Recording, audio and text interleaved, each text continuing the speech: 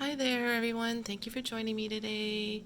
I'm going to show you how to print on freezer paper from a word processing document um, in which you have downloaded a picture that you want to print. You can change the size and color of your image in most word processing programs, so that's why I like to use it. It's very easy. I'll include a link to how you can do that and get your images from the computer in this blog post. I'll include those instructions, so just look for it somewhere on this page. But I've already done that, so I'm not going to explain that here. I'm just going to show you the print process. I hope this isn't moving around too much. But to format my image for printing, I'm going to rotate it.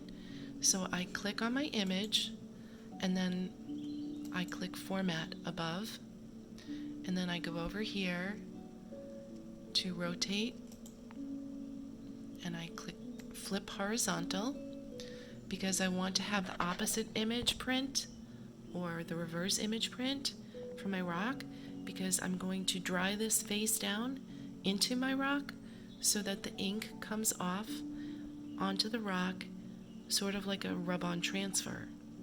And I'm going to embellish my rock after that, add flowers, butterflies, enhance the paint colors, and then I will seal the rock and have a beautiful rock painting. So, okay, over here I'm going to hit print.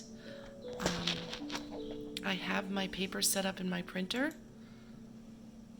in the rear tray already. It's out in the hallway. I don't have it right next to me, which I wish I did so I could show this easier. But over here I'm going to click on Properties, and I'm going to click, it's usually on Standard, but I'm going to select High under my print quality. And then over here, I had it already set up, but it's usually on Automatically Selected, which will come out of the main feed on your printer. But in this case, I want to select the rear tray, and I'm going to click OK. And now I'm going to go pick up my paper from the printer after I click OK.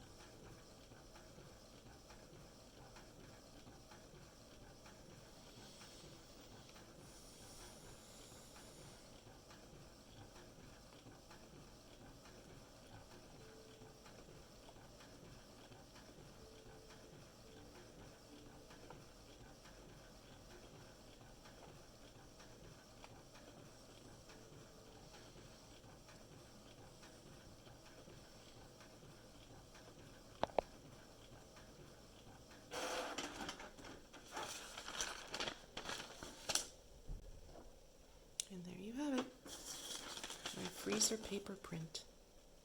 Thank you for joining me today. Take care.